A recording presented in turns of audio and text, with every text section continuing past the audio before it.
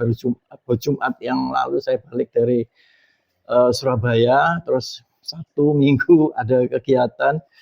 Jadi baru 1-2 hari ini saya persiapkan tema sharing firman pada malam hari ini adalah cultivating spiritual discipline atau membangun disiplin rohani. Atau ada yang bisa bacain mungkin Roma 12 ayat 2. Roma 12 ayat 2. Janganlah kamu menjadi serupa dengan dunia ini, tetapi berubahlah oleh pembaruan budimu, sehingga kamu dapat membedakan manakah kehendak Allah, apa yang baik, yang berkenan kepada Allah, dan yang sempurna. Ya, terima kasih. Kalau kita baca ayat ini ya, mungkin sudah seringkali dikhotbahkan oleh hamba-hamba Tuhan dengan penafsiran yang berbeda-beda. Tapi pada malam hari ini saya kebetulan sekali bulan lalu ada pelajaran tentang ini. Mari kita membahas satu persatu ya. Yang pertama adalah kata pembaharuan. Pembaharuan itu apa ya? Jadi ibaratnya seperti renovasi rumah. Atau dalam bahasa aslinya, dalam bahasa Girikanya atau Yunani, pembaharuan itu anakainosis ya. Jadi kita pernah renovasi rumah, kita perbaiki yang sudah ada. Kalau sudah diperbaiki akan lebih fresh. Ini akan terjadi kalau kita renovasi pikiran kita. Pembaruan tidak dilakukan oleh kekuatan kita pribadi, tetapi melalui kuasa Tuhan. Anakainosis itu berasal dari akar kata ana yang berarti ke atas atau lagi. Dan kata kedua adalah kainos yang berarti baru atau segar. Berarti kalau direnovasi, kita akan menjadi baru dan segar. Tapi karena ana itu berarti ke atas, jadi lebih baiknya itu arahnya ke atas dan ada suatu elevasi, tidak hanya sekedar setara. Itu adalah kata pembaruan menurut teks bahasa aslinya. Lalu yang kedua adalah kata serupa. Dalam bahasa aslinya, bahasa Girika atau Yunani adalah suskematiso. Terbentuk dari dua kata yaitu sun dan skematiso. Sebentar ya. Sun itu artinya together with atau sama-sama.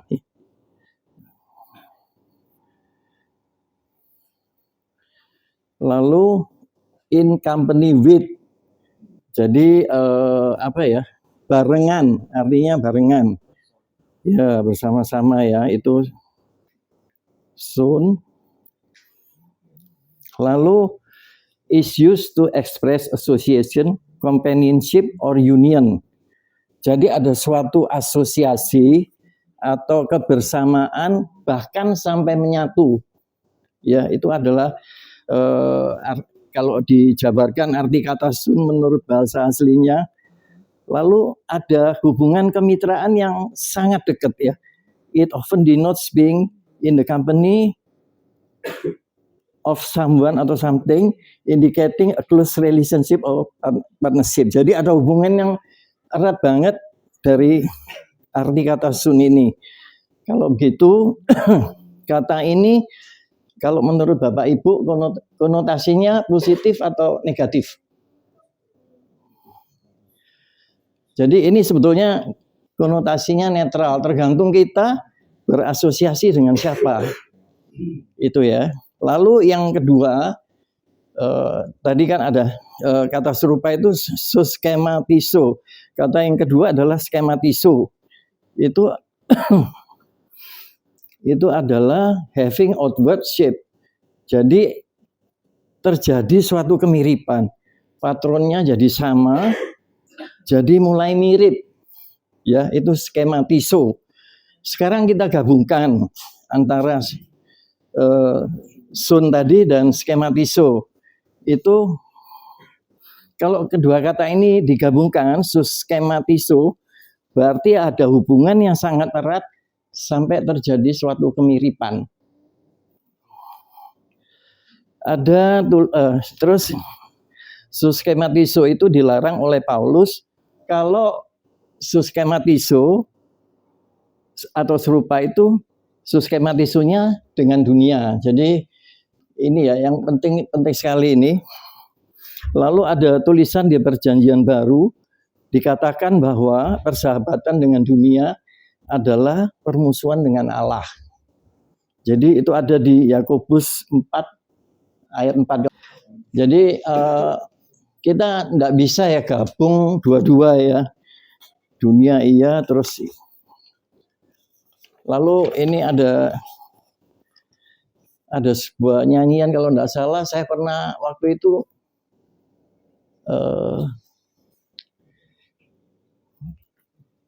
orang bilang kiri kananku ada Tuhan. Iya Bu, iya pernah ya Bu ya. Tapi kebanyakan orang tangan kanannya itu pegang Tuhan, tapi tangan kirinya pegang dunia. Ini yang sering kita lihat ya.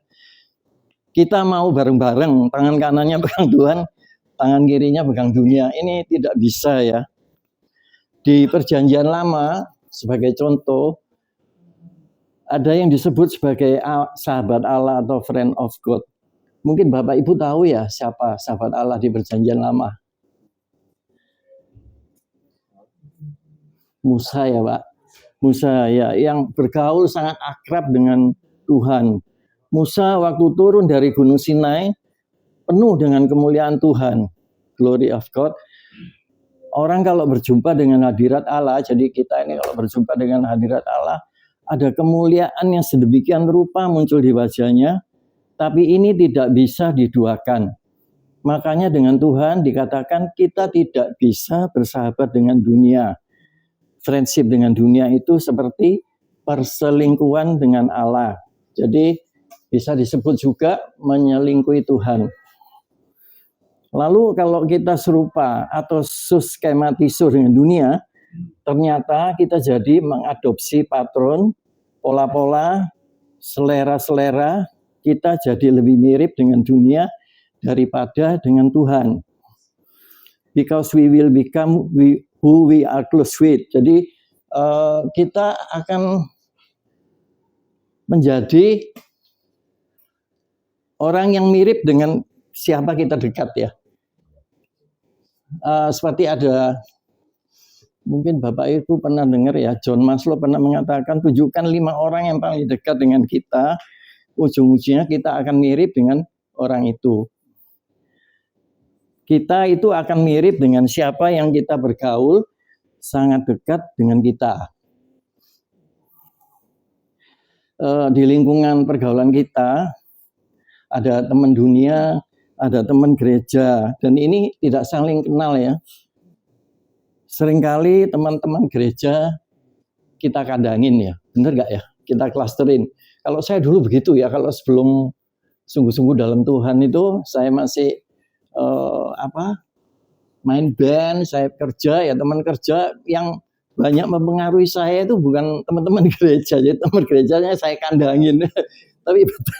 tapi saya kira di sini nggak ada ya Bapak Ibu, baik-baik semuanya.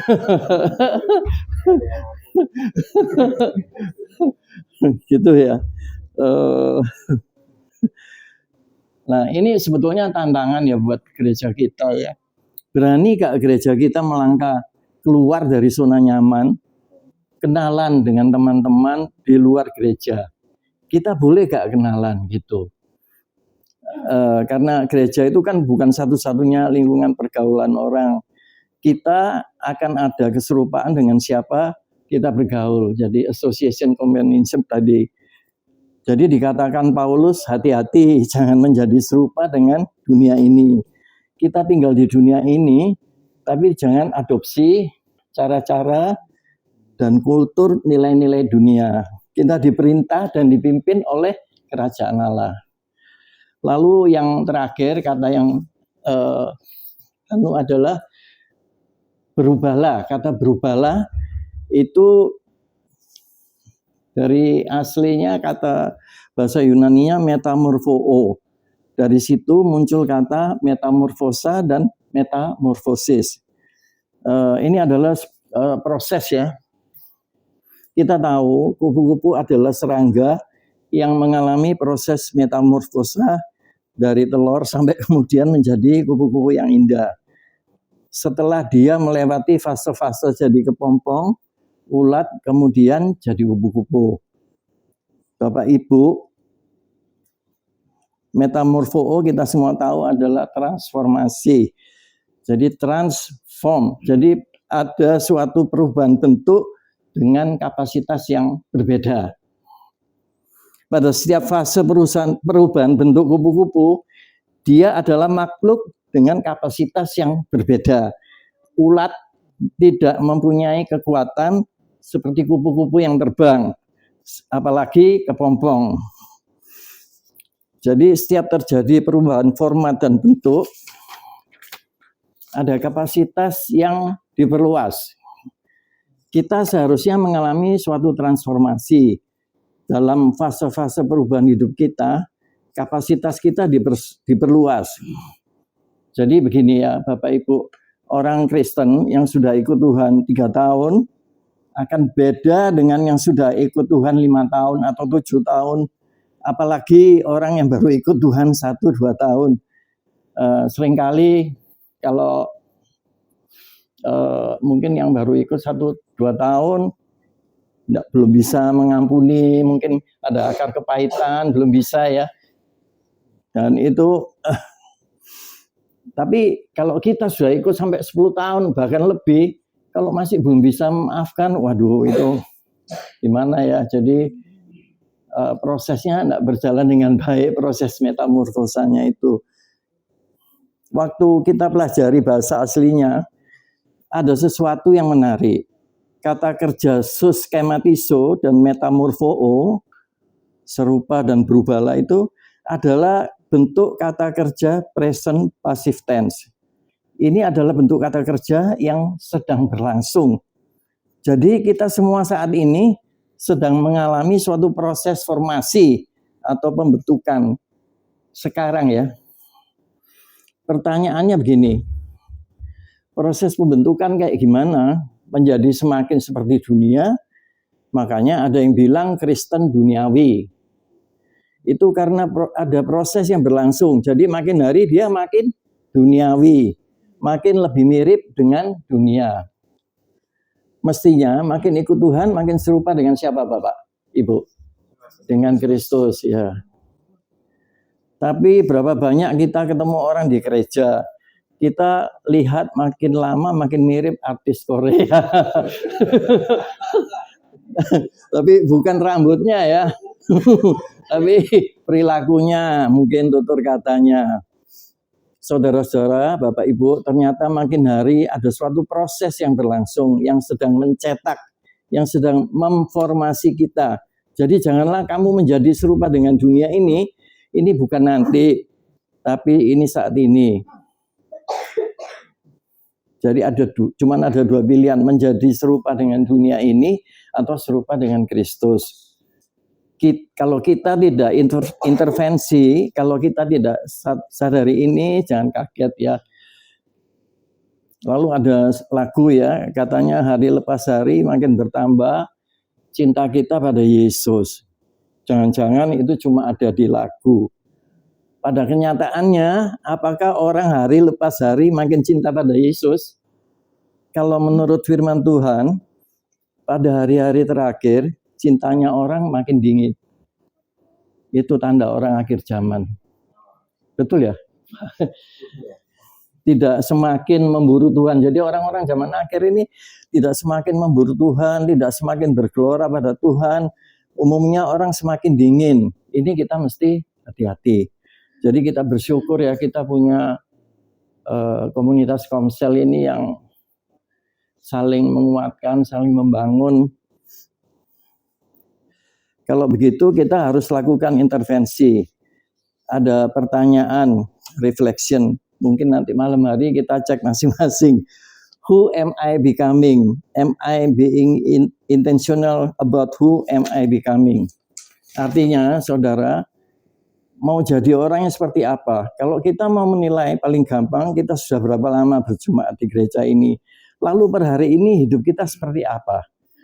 Am I being intentional about who am I becoming? Apakah saudara ada unsur kesengajaan dan terencana pendisiplin diri jadi orang Kristen yang seperti apa? Saudara mau jadi ibu Kristen seperti apa? Saudara mau jadi suami Kristen yang seperti apa? Ada target gak? Ada kerinduan gak? Atau hidup kita hanya mengalir seperti air mengalir? Nggak pernah ada target, nggak ada kerinduan, hidup dijalani begitu saja. Kalau hidup dijalani begitu saja, hati-hati. Jangan-jangan kita menjadi semakin duniawi, tidak semakin serupa Kristus. Sebagai penutup ya, ini sebetulnya panjang, cuman saya nggak keburu anunya Pak, ngerangkumnya. Panjang sekali. Nanti lain kali lah. Jadi kemarin waktu saya ke Surabaya, itu hari Minggu tanggal 31 itu saya ke gereja ya, ibadah di Surabaya, Surabaya Care City Church. Jadi cabang dari Jakarta Care City Church tempat saya Bible study. Ya, terus waktu kebetulan saya tinggal di apartemen, terus bawahnya mall itu tinggal nyebrang aja gitu di gedung sebelah sih, seberang gitu. Waktu saya datang, saya diajak ngobrol. Saya nggak tahu itu kalau itu gembalanya gitu, yang ngobrol-ngobrol. Terus saya disuruh duduk agak ke depan, biar ada temennya katanya. Ya udah saya kenalan dengan. Setelah duduk saya kenalan dengan salah satu pekerja juga kayaknya ya aktif juga. Terus sebelum kebaktian karena masih belum mulai, saya ngobrol-ngobrol.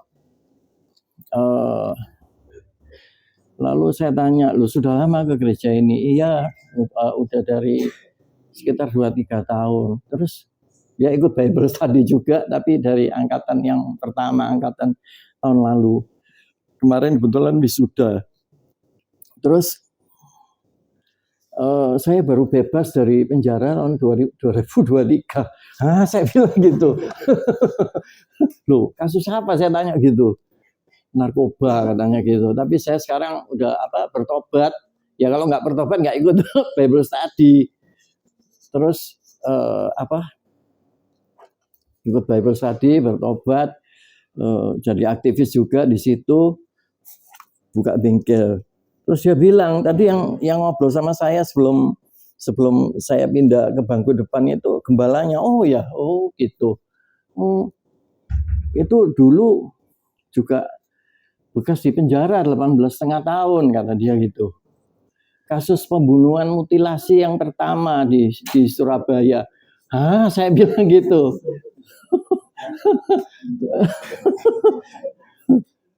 Terus setelah itu saya renungkan lagi, saya pikir, waduh, Tuhan Yesus itu memang luar biasa ya. Kalau kita sudah ditangkap, tidak ada yang mustahil buat Tuhan. Jadi seorang penjahat bisa jadi pendeta. Ya kalau sudah bertobat, waduh, Roh Kudus bekerja sampai tuntas ya. Jadi benar-benar luar biasa. Jadi gembala loh, saya sempat ngobrol dan saya nggak tahu kalau itu gembalanya. Terus setelah kebaktian saya nggak boleh pulang sama gembalanya, itu juga diajak masuk ke dalam ngobrol-ngobrol, terus dikasih makan nasi bakmoy. Ya itu. Terus setelah pulang saya pikir bener nggak sih ini pendeta ini dulunya pernah di penjara 18,5 tahun dan kasus mutilasi yang pertama di Surabaya. Saya searching di Google, ternyata betul. Jadi luar biasa ya Tuhan kita itu, Tuhan Yesus itu memang luar biasa. Jadi seperti ini ya, ayat Roma 12 ayat 2 ini memang benar-benar sudah ditangkap Tuhan terus berubah kayak ini ya. Jadi proses metamorfosa, benar-benar yang enggak layak yang jadi penjahat bisa jadi pendeta. Terus saya pikir, waduh, gereja itu seharusnya seperti itu ya. Jadi sebuah bengkel pemulihan. Waktu saya ngobrol-ngobrol dengan gembalanya, itu saya tanya, Pak, sudah lama jadi gembala di sini ya, sekitar 7-8 tahun. Dia bilang gitu. Jadi saya pikir benar-benar gereja ini harus jadi sebuah bengkel pemulihan ya. Jadi nggak ada yang mustahil buat Tuhan kalau mau merubah seseorang, menangkap seseorang sampai seperti itu. Yang satu narkoba, yang satu, tapi itu masa lalu. Jadi Tuhan tidak melihat masa lalu kita. Saya percaya. Sekian untuk firman Tuhan. Semoga jadi berkat buat Bapak Ibu semuanya.